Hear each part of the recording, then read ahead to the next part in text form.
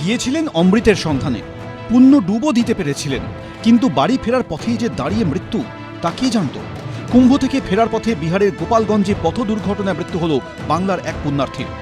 নাম শান্তি মণ্ডল, বাড়ি উত্তর দিনাজপুর ডালখোলার বালুর বাঁধে। 29শে জানুয়ারি উত্তর দিনাজপুর থেকে প্রয়াগরাজ গিয়েছিল 25 জন পুণ্যার্থীর একটি দল। ট্রেনের টিকিট না পাওয়ায় রায়গঞ্জ থেকে পিকআপ ভ্যানে চড়ে যান তারা। 3রা ফেব্রুয়ারি কুম্ভে স্নান করেন।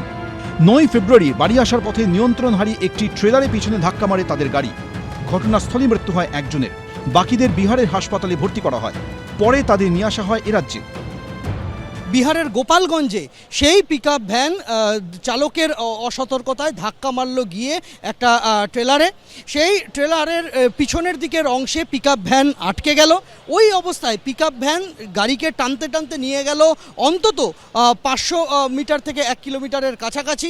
ট্রেলারের চালককে এই বিষয়টা জানালেন পাশ থেকে যাওয়া আরেক বাসের চালক যে আপনার ট্রেলারের পিছনে একটি গাড়ি আটকে আছে। সেই গাড়ি পরবর্তীতে থামানো হয় এবং সেই দুর্ঘটনাগ্রস্ত পিকআপ ভ্যান থেকে 25 জন যারা এ রাজ্যেরই বাসিন্দা, বেশিরভাগই উত্তর দিনাজপুরের, তাদেরকে উদ্ধার করা হয়। এর মধ্যে সীমা ঢালি নামে এক পুণ্যার্থী গুরুতর আহত, তার কোমর এবং হাঁটুর হাড় ভেঙেছে।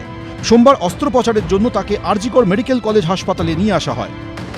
আমরা সবাই স্নান করে সবাই আসতেছিলাম বাড়িতে, বাড়ির দিকে আসে অ্যাক্সিডেন্ট করছে।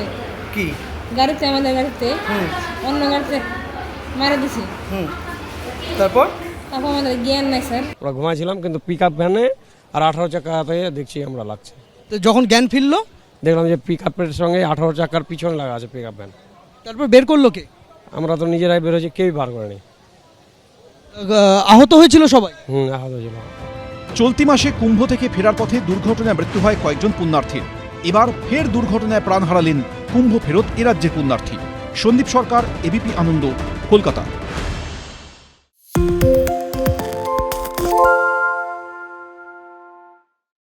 সত্য অন্তহীন, সত্যের খোঁজও তাই, সত্য সন্ধানে তাই আমরা অক্লান্ত, অকুতভয়। এবিপি আনন্দ নতুন ভাবনার প্রতীক, যা মনে মুক্ত, তথ্যে যুক্ত এবং যাবতীয় সীমানার বাঁধন থেকে মুক্ত।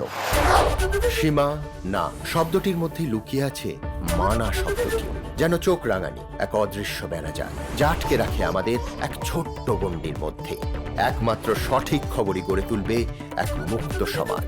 সেই জগৎ গড়ার লক্ষ্যে কোনো সীমানার ঠুকুটি আমরা মানব না।